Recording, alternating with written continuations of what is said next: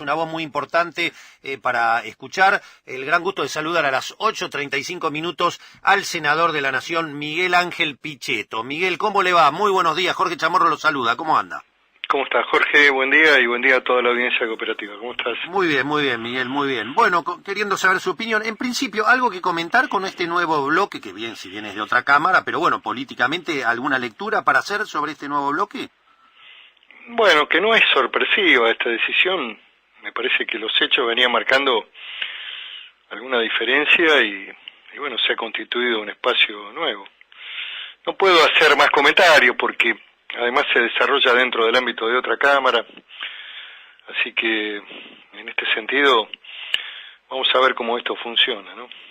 Claro, porque esto se da en un contexto donde, o sea, hay como un crujimiento dentro del Frente Renovador, con un Massa que está buscando ampliar el espectro, se reunió con Lifshitz, con Margarita Stolbizer. Es decir, me imagino para el ciudadano que está buscando una alternativa a este gobierno, que más allá del que le guste este gobierno, hay mucha gente que está disconforme con lo que está haciendo este gobierno, está buscando una alternativa. Hay movimientos que confunden, no debe estar muy claro. Estamos buscando en ese espacio una alternativa, en el espacio de alternativa federal estamos buscando una opción entre las dos propuestas, que además significaría estratificar la política nuevamente en el 2015. Repetir el mismo escenario del 2015 no creo que sea bueno, no despierta muchas expectativas y consolida lo que se plantea a diario, cotidianamente, que es la brecha. Pero bueno, hay que construirlo esto, estamos en este esfuerzo. Junto a Massa hemos estado en Tucumán. Me parece interesante lo que él ha dicho ayer, de dialogar con otras fuerzas políticas. Siempre hemos dicho que el peronismo es una alternativa de centro que también puede tener aliados, diálogos en los partidos provinciales, en otros sectores de la sociedad que entienden que se puede construir un camino alternativo. Así que en esto estamos trabajando, Jorge. Ahora, Miguel, hay muchos que dicen que Pichetto está mucho más cerca de Massa que de otros y que inclusive sería el compañero de fórmula de una fórmula Massa-Pichetto. ¿Esto es Nada así? de eso, Jorge. Yo estoy recorriendo la provincia, mire, ayer estuve en Avellaneda con la Confederación el Sindicato de Empleados Municipales. Más de 80 dirigentes de toda la provincia se encontraron conmigo en la sede de Avellaneda. El día jueves estoy haciendo un acto en Lanús. Yo estoy caminando y haciendo política y he expresado una voluntad y tengo un diálogo muy bueno con Schiaretti, con Urtubey, con muchos gobernadores, con el propio Massa y bueno, vamos a ver cómo confluye esto. Lo que acordamos es que va a haber un espacio de primarias abiertas y ahí definir el tema candidaturas. Me parece que es importante hacer política en la realidad, en la calle, con la gente, más allá de reuniones que pueden ser importantes entre dirigentes. Lo que me parece que hace falta es bajar, hablar con la gente en los distintos barrios, recorrer el país. Yo estoy haciendo eso, a veces silenciosamente, a veces con más éxito en términos de comunicación. He estado en Tucumán el jueves, el miércoles, el jueves estuve en Mar del Plata y me quedé hasta el viernes en el tema del coloquio. Participé del coloquio. Yo doy el debate aún en escenarios adversos, porque el coloquio IDEA en general tuvo un fuerte alineamiento oficialista, pero mis palabras fueron dirigidas también a reflexionar sobre el rumbo económico, sobre la crisis que vive la Argentina, sobre el impacto de los salarios, sobre la pérdida del poder adquisitivo de los trabajadores, sobre el aumento ilimitado de las tarifas y sobre las tasas de interés, Jorge, que determinan la inviabilidad en el mediano plazo de este plan económico. No se puede sostener un plan económico sobre la base de tasas que podrían ser para una coyuntura muy dramática y en un periodo relativamente corto. Pero durante todo este año tuvimos tasas de interés definidas por el Banco Central del 40% en adelante y ahora estamos en el 75%. Un país pobre del África subsahariana no tiene estas tasas. Creo que deben ser únicas en el mundo.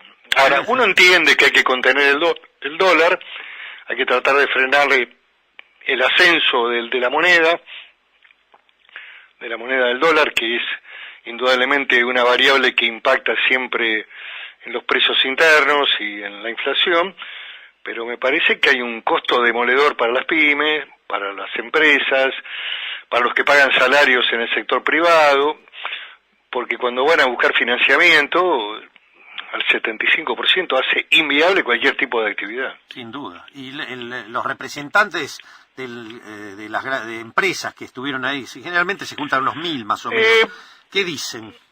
Bueno, faltaron la mayoría de los grandes empresarios argentinos. Cierto. Vamos a empezar por ahí. Es cierto. Yo que tengo 30 coloquios encima, la verdad, se notó que no había... no sé si en este estuviste, pero faltaron, los principales empresarios faltaron. Tal vez la crisis que se está viviendo en el mundo de la construcción determinó la ausencia de muchos, pero también faltaron hombres importantes del sector industrial que no estuvieron. Había mucho CEO, mucho gerente, y está bien, la representación no voy a ponerla en discusión. Lo que hubo un perfil muy acentuado pro gobierno, que le hace perder al coloquio, que es un coloquio que tiene un prestigio y una línea, por lo menos de debate y reflexión, más abierto. Esta vez se fue mucho más sesgado, incluso hasta desde la definición, soy yo, es ahora, un planteo muy individualista. La Argentina necesita un compromiso de nosotros y no del yo, y fundamentalmente una mirada más abierta para discutir los temas económicos. Muy sesgado, ¿notaste? Pero de todas maneras tengo que decirte que a mí me trataron bien, aun cuando hubo cosas que dije que no les gustaron. No le gustaron a la mayoría, tal vez a algunos sí. Y creo que fui respetado. Eso es un dato importante en este país, donde en general siempre surgen las reacciones creo que hubo un ámbito de respeto. ¿Te sonó hipocresía, te suena creíble cuando hablaban del tema de la corrupción, de lo que quedó con los cuadernos? Hubo un espíritu que yo definí en el momento que me tocó hablar como jacobino, de cargarle las tintas a empresarios que hasta el año pasado eran sponsors. De todas maneras, es cierto que lo que hay que analizar es que hay que buscar un camino, yo lo que planteé es un camino de salida, digamos, independientemente de la justicia. La justicia no tiene que actuar con equilibrio, con independencia, tendrá que avanzar en la causa, recolectar la prueba y después elevar la causa a juicio. ¿Y cómo sería? Estoy hablando ahora de la etapa de la instrucción. Eso es un tema. El otro tema es qué hacemos para preservar las empresas argentinas. Una alternativa puede ser el cambio de los directores que están involucrados en la investigación. Hay otras alternativas. Lo que yo creo que hay que mantenerle del Estado el compromiso de continuidad de las obras. Hay que tratar de que esas obras sigan siendo obras que el Estado Nacional paga, pero las hacen empresas nacionales. Hay que evitar lo que pasó en Brasil o lo que pasó en Italia, después de procesos judiciales como este, donde se deslegitima, en primer lugar, el conjunto de la política, y en segundo lugar, se pierden los activos de las grandes empresas nacionales. Hay una transnacionalización y hay compra de empresas a bajo costo, por supuesto, con activos devaluados después de procesos como este, donde pierden sus trabajos, se pierden sus contratos. ¿Vos, Miguel, ascribirías a esos que le ponen una teoría conspirativa a esto, que detrás de la causa está el interés de países y sectores muy poderosos para quedarse justamente con los activos argentinos? No acostumbro a hacer ese tipo de análisis. Lo que hay es una línea en Latinoamérica que se inició en Brasil, que mostró, digamos, determinadas actitudes de autonomía y que impactó muy fuerte en empresas que tenían mecanismos evidentemente no ajustados a la ley, como el caso de Odebrecht. Sí. Ahí incluso hay una prueba mucho más certera, porque las certificaciones eran bancarias, los pagos eran bancarios, en fin. Pero ahí hay una característica también: estaba inficcionado el Congreso, todos los diputados y senadores, o la gran mayoría, salvo este caso de Bolsonaro, que mantuvo siempre una actitud muy crítica, estaban también subvencionados, el mecanismo servía para financiar también a sectores de la política, en fin, esto no ha ocurrido en la Argentina, no hay un escenario como ese, y el Congreso ha tenido siempre una actitud responsable y razonable. Lo que digo es que yo estoy analizando los efectos y consecuencias de experiencias mundiales que han ocurrido de estas características. No hago una teoría conspirativa que está el Departamento de Estado, o que, qué sé yo, hay un avance de los americanos o del imperio para tomar la obra pública en Argentina.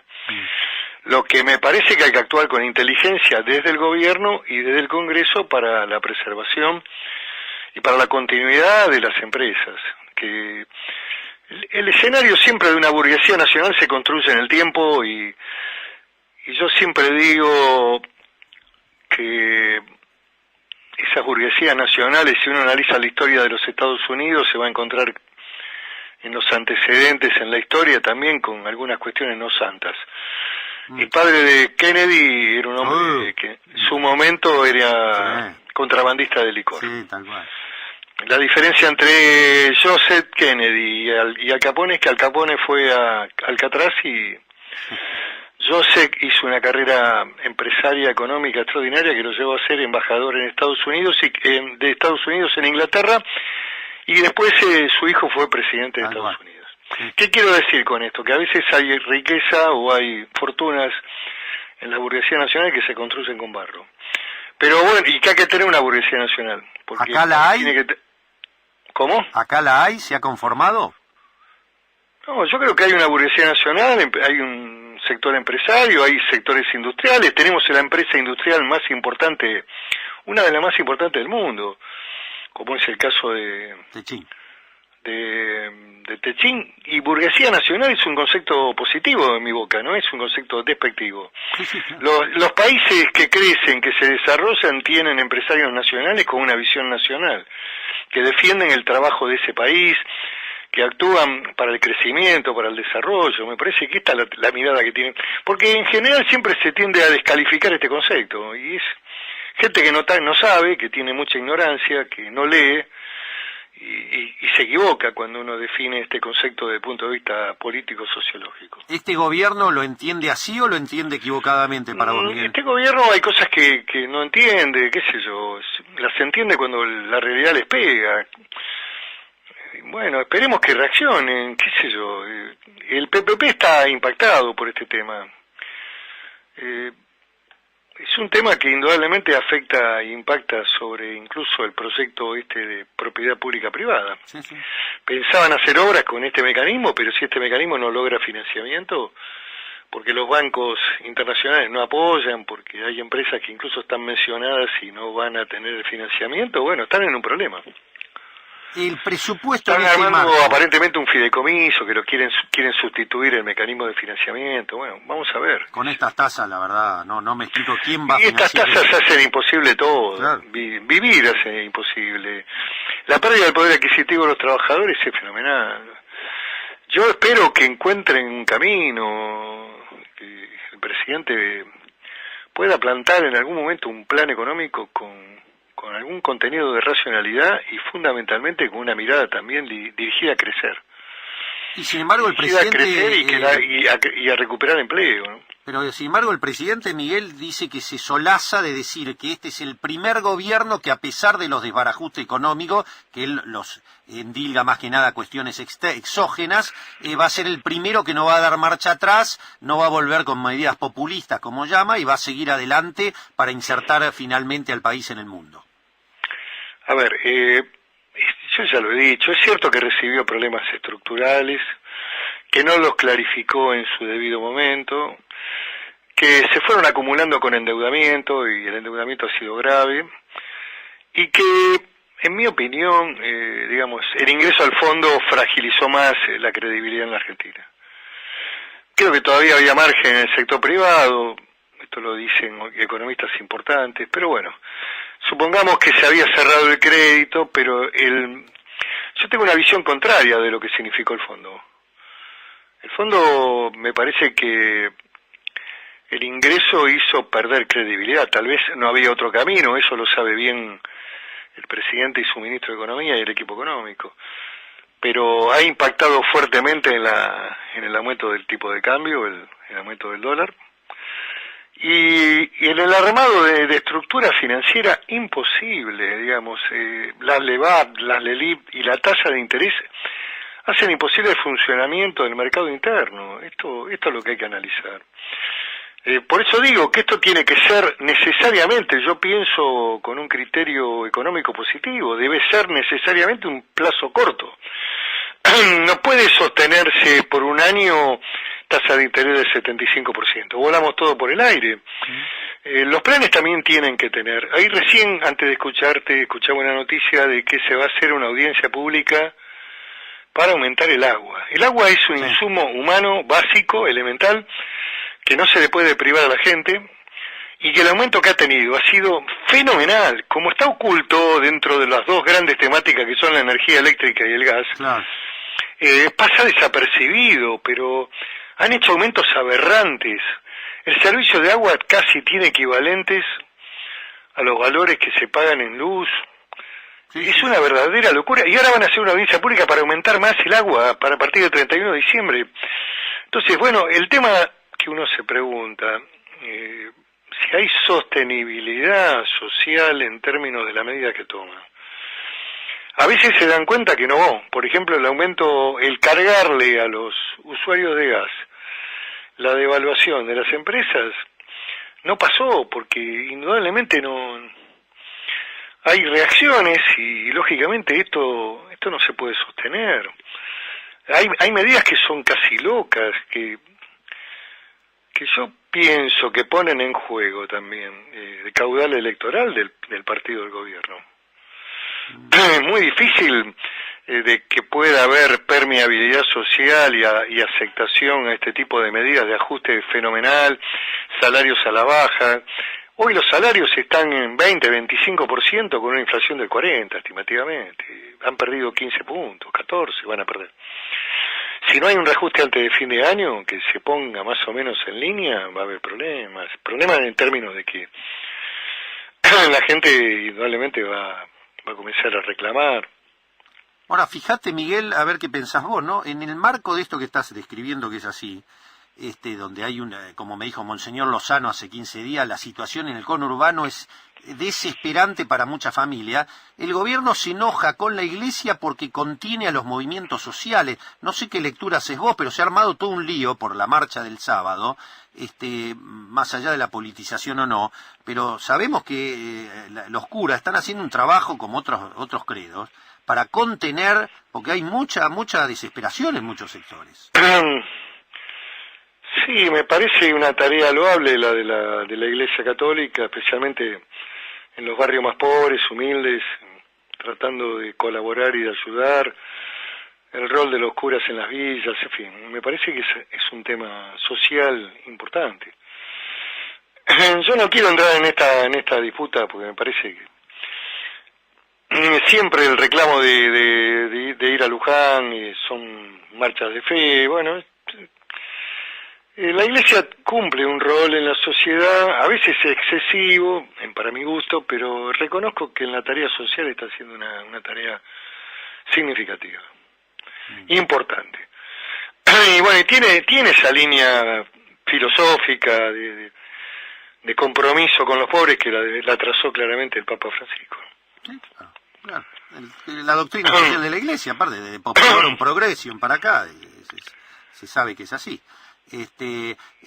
Bien, todo lo que está dicho, el presupuesto para algunos es aprobar el ajuste y todos estos desaguisados económicos.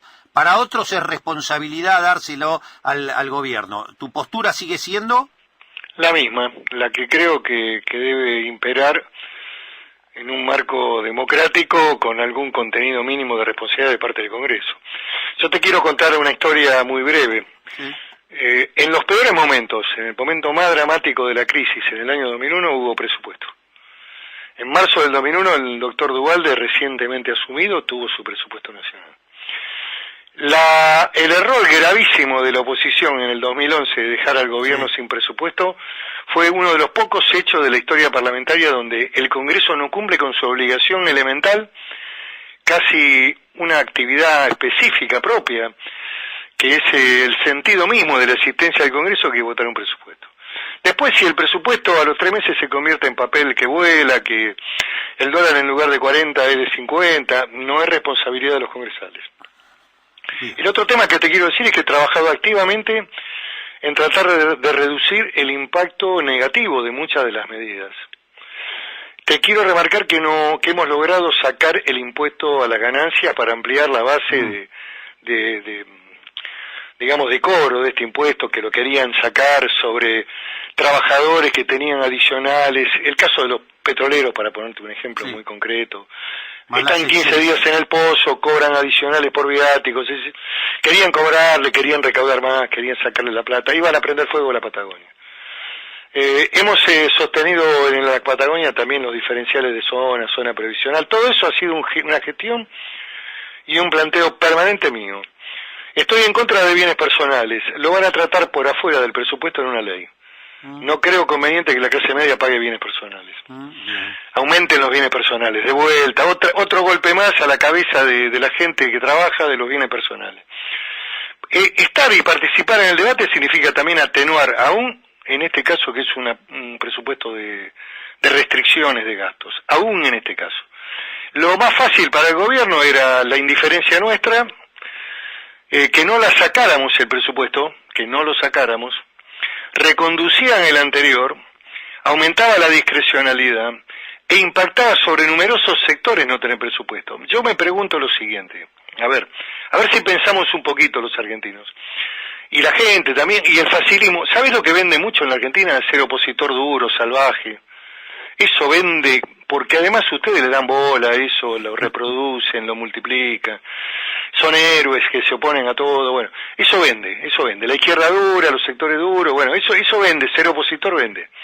Ahora, construir políticas democráticas, inteligentes, tratar de que en cada coyuntura se hagan aportes para tratar de evitar males mayores, eso no vende.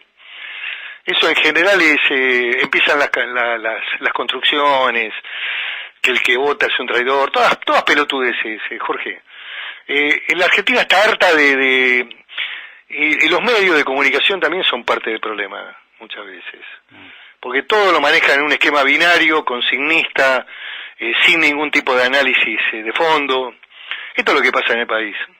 Entonces, a mí me parece que las universidades no pueden no tener un presupuesto. Porque si se reconduce el del año 2018, es un presupuesto totalmente devaluado, que tiene un impacto de la devaluación inflacionaria, de la devaluación de la moneda y el aumento de tarifa de la luz y del gas y del agua que las universidades pagan. Entonces la pregunta es, ¿cómo van a funcionar las universidades argentinas con un presupuesto reconducido al 2018, donde la discrecionalidad que va a tener el Poder Ejecutivo en el manejo de los recursos hacia las provincias, los municipios, las universidades y distintos otros sectores sociales es mucho más grande que si se logra armar un presupuesto que sea lo más razonable posible y que impacte lo menos posible en los sectores más sensibles de la sociedad? Creo que con esto te he dado la respuesta. Sí, clarísimo. Se me termina el programa, una sola más. Te mando un abrazo, como siempre. ¿Te puedo hacer una más? Bueno. Una última. Dijiste una PASO, definir las PASO esa, con todos adentro. A ver, el sistema electoral argentino establece mecanismos para elegir los precandidatos, los candidatos de los partidos. Hay una ley que se llama primarias abiertas, donde la sociedad vota a los candidatos de los partidos. A mí me parece un instrumento válido para elegir las candidaturas presidenciales. O sea, ¿estarías de acuerdo que el kirchnerismo resuelva con ustedes la interna del peronismo? No, el kirchnerismo tiene otro partido, salvo que se desafilien todos de Unidad Ciudadana y que ese partido no exista más. El peronismo tiene que ir a un modelo de unidad. A ver, lo que se hace en política tiene que asumirse también con responsabilidades. A ver, si uno arma un partido que tiene una orientación de izquierda en la Argentina, bueno, está bien, es válido, es legítimo. Ahora, es un partido distinto al PJ. Bien. Al Partido Justicialista. Esto lo he dicho también varias veces. Sí, no es una cuestión de tipo personal, ni tengo nada con nadie de los dirigentes. ¿Sabés qué pasa? Hago política de otra manera, no agravio, no hablo mal de otro. Trato de discutir un compacto de ideas, que es muy difícil en este país. Discutir ideas en este país es casi una tarea imposible. Pero lo que te quiero decir, que armaron un partido. A ver, si armó un partido, está bien. Y si quieren expresar el centro-izquierda en la Argentina, está bien. Ahora, el peronismo no es centro-izquierda o izquierda dura, no es eso no es. Tenemos que también dar un esquema de identidad política. El concepto de unidad es válido, es loable, todos quisiéramos eso, pero tiene que haber un marco de identidad.